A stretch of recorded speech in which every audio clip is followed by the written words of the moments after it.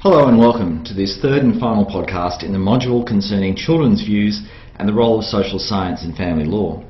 Thanks again to Donna Cooper for her material.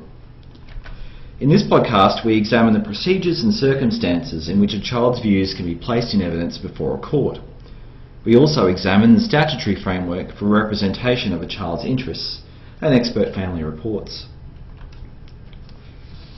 Section C D2 of the Family Law Act provides that the court may inform itself of views expressed by a child by having regard to anything contained in a report given to the court under subsection 62 G subsection 2, or by making an order under section 68 L for the child's interests in the proceedings to be independently represented by a lawyer, or, subject to the applicable rules of court, by such other means as the court thinks appropriate. Different jurisdictions around the world, and notwithstanding that the same law applies, different states in Australia, have different practices about when and how to obtain reports from social science or psychological experts who will meet with the children and relevant family members. Section 62 G2 of the Act provides that the court may direct a family consultant to give the court a report on such matters relevant to the proceedings as the court considers desirable. Section 68 L provides that if it appears to the court that the child's interests in the proceedings ought to be independently represented by a lawyer, the court may order that the child's interests in the proceedings are to be independently represented by a lawyer. Note the specific wording: representation of a child's interests, as opposed to representation directly of the child. This lawyer, called the Independent Children's Lawyer, or ICL, will not act simply on a child's instructions. We will look at the obligations of an independent children's lawyer shortly. This lawyer can, however, speak with the child about that child's views. There are differing schools of thought about whether or not the independent children's lawyer should meet with the child or children. Some independent children's lawyers meet the child in the presence of a family consultant. However, having a family consultant present is not compulsory. We'll talk some more about that in a moment. There are, and we should talk about them, some technical provisions in the Act and the rules for a court to give permission for a child to swear an affidavit. A child is not permitted to swear an affidavit without such permission being given in advance. Neither Donna, nor can I say I, in our collective family law experience, have ever seen an order made for this. And in my case, I can say that in 15 years of family law experience, I've never seen an application for this being made. However, the provisions of the Act and the rules remain as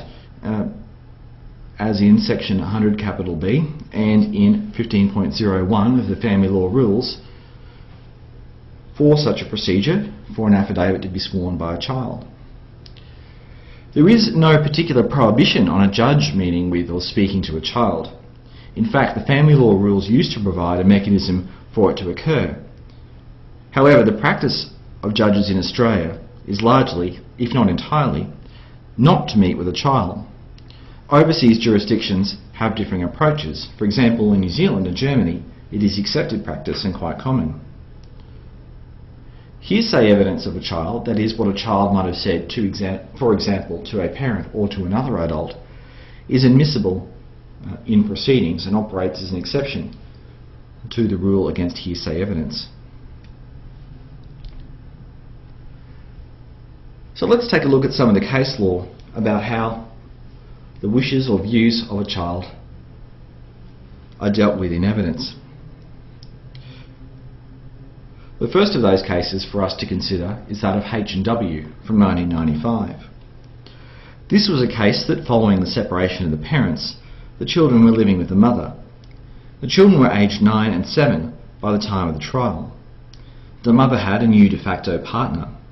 The evidence seemed to suggest that these children did not get along with him. On one occasion, the youngest child, a girl, was misbehaving.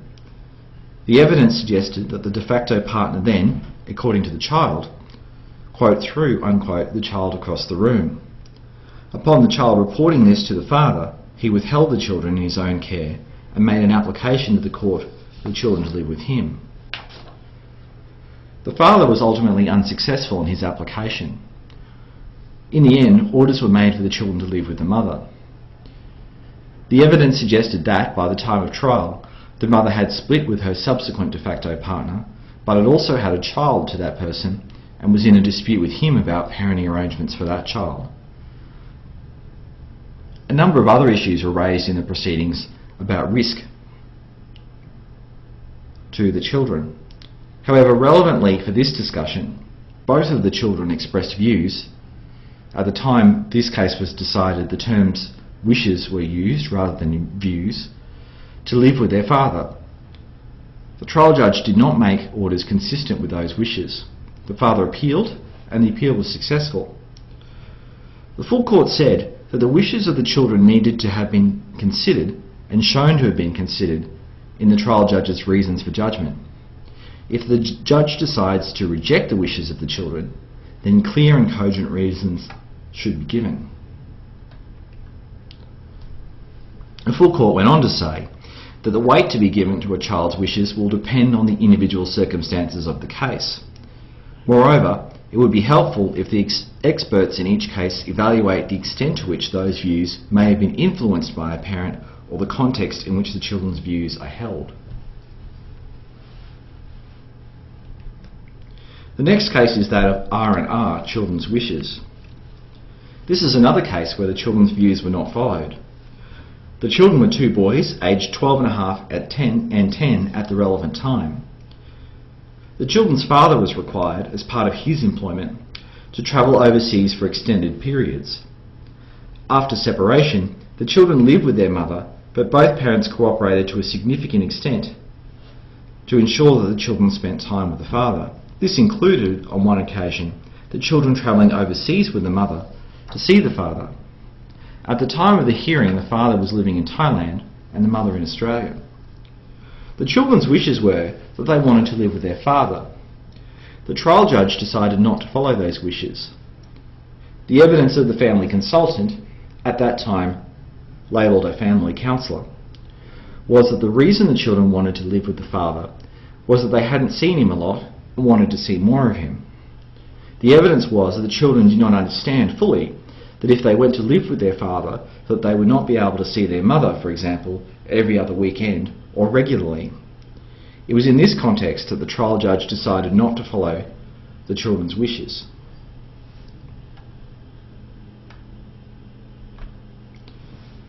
The 2002 decision of In the Marriage of R, which shouldn't be confused with the case we just looked at, reaffirms the principle that a court should take into account the wishes or views of a children, but is not in any way bound by them.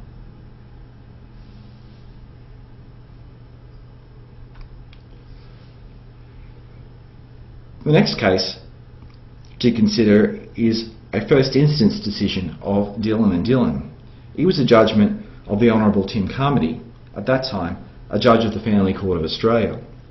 The case considered parenting arrangements for two children, one almost 16 years of age and one 10 years of age. The father was applying for more time with the children.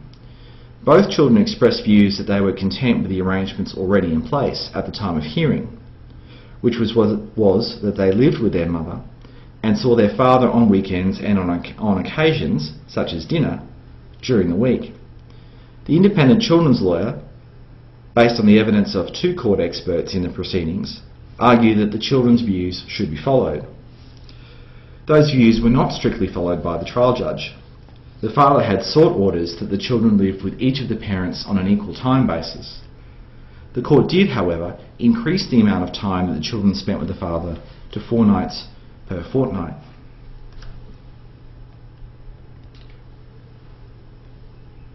Let's now turn to the role and obligations of the independent children's lawyer.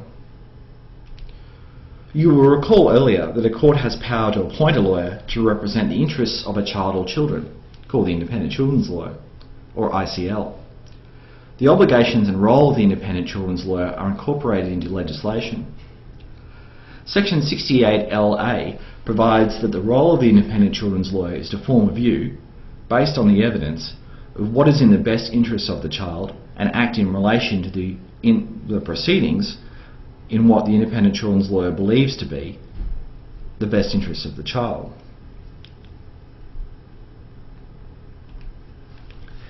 Section 68LA4 sets out that the independent children's lawyer is not the child's legal representative and is not obliged to act on the child's instructions in relation to the proceedings. In Section 68LA5, some other obligations of the independent children's lawyer are particularised. They include acting impartially in dealings with the parties, ensuring that any views expressed by the child are fully put before the court, analysing the evidence, in particular the expert evidence, to determine what is of most weight in determining a child's best interests and informing the court of those matters, to take steps to endeavour to minimise the trauma to the child associated with the proceedings, and facilitate an agreed resolution of matters at issue in the proceedings to the extent to which doing so is in the best interests of the child. The Family Court of Australia has published guidelines for independent children's lawyers. The most recent version of that, issued in 2013, is available on the Family Law Court's website. A link to those guidelines is on your slide. Those guidelines provide that the child has a right to establish a professional relationship with the independent children's lawyer. However, in considering any views expressed by the child and the steps to be taken in a matter, the independent children's lawyer is to be aware that each child will have different emotional, cognitive and intellectual development levels, different family structures, different family dynamics, sibling relationships, religious and cultural backgrounds, and that children are vulnerable to external pressures when caught in disputes involving their parents. The national guidelines also provide that when the independent children's lawyer meets the child, she or he should explain to the extent that is appropriate for the child the role of the independent children's lawyer, including the limitations of that role, the court process, including any anticipated interlocutory stages, and the other agencies that may be involved and the reasons for their involvement. The national guidelines say that it is not the role of the independent children's lawyer to conduct disclosure interviews, to become a witness in the proceedings, or to conduct therapy or counselling with the child. The independent children's lawyer should be alert and sensitive to the risk of a child becoming over-dependent upon her or him, and should consider seeking peer or professional advice in responding to such a situation. The ICL should prepare the child for the end of the professional relationship before the end of the proceedings. They should discuss the fact that the ICL's role will soon be over and determine what contact, if any, they will continue to have with the child. The guidelines also provide that the independent children's lawyer is to ensure that any views expressed by the child are fully put before the court and, so far as possible, are in an admissible form. This includes views that the ICL may consider trivial but that the child considers important. The ICL is to also arrange for evidence to be before the court as to how the child would feel if the child did not reach a conclusion which accorded with the child's wishes. The obligations of an ICL when making submissions contrary to a child's views are set out on your slide. Having an independent children's lawyer in proceedings is not a matter of right. A court has a discretion as to whether or not to make an order for the appointment of an independent children's lawyer. RECAE is the classic authority for the factors to take into account in determining the exercise of that discretion. And just a warning before I go on, the facts of RECAE are quite confronting and involve some difficult factual circumstances. The father had shot and killed the child's mother, and at the time of the hearing was in custody awaiting trial for her murder. The dispute was between the mother's aunt, who was seeking orders that the child live with her, and the father's parents. The father supported his parents' position. Relevantly for this discussion, the court considered matters in which it was more likely than not that an independent children's lawyer is appointed. Those are issues raised of child abuse or unacceptable risk of abuse, intractable conflict between the parents, circumstances in which a child is potentially alienated from a parent, issues of cultural or religious significance, sexual orientation, although I might suggest that that as a factor may now be a bit out of date, and some other factors, including antisocial conduct of the parents, significant medical or mental health issues, or a case of expressing, that is, a child expressing strong views. Further factors where a parent proposes a relocation of the child or children overseas, or where it is proposed that siblings live in different households, or where it is the case that neither parent is legally represented. The final factor is those cases where a court is exercising its welfare jurisdiction to authorise irreversible medical treatment on a child. We have talked already about Section 62 G, which provides that a family consultant can provide a family report. An independent children's lawyer may, and often does, obtain a family report either through obtaining a further court order for an order under Section 62G, or otherwise through a process agreed with all the parties. The issue, though, to consider is, when those expert reports are provided, how much weight should they be given by a trial judge?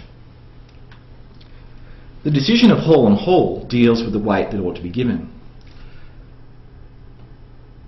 There should not be a suggestion that the report writer is usurping the role of the court or adopting some form of judicial or factually determinative role. The family consultant, or the family report writer, is providing extra expert information to the court. The report may have been written after consideration of all of the evidence, such as affidavits and subpoena documents, or it may not.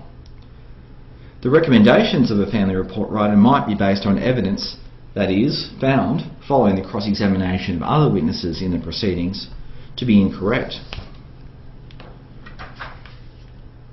In those circumstances, there are some limitations that may be placed on the weight provided for a report. It is appropriate, of course, for all parties to cross-examine the report writer at hearing. Even if the evidence of the report writer is accepted, a court may still make orders inconsistent with the report writer's recommendations. In other words, the expert evidence of the family report writer must be considered in light of all of the other evidence in the proceedings. That's it for this podcast and for Module 7.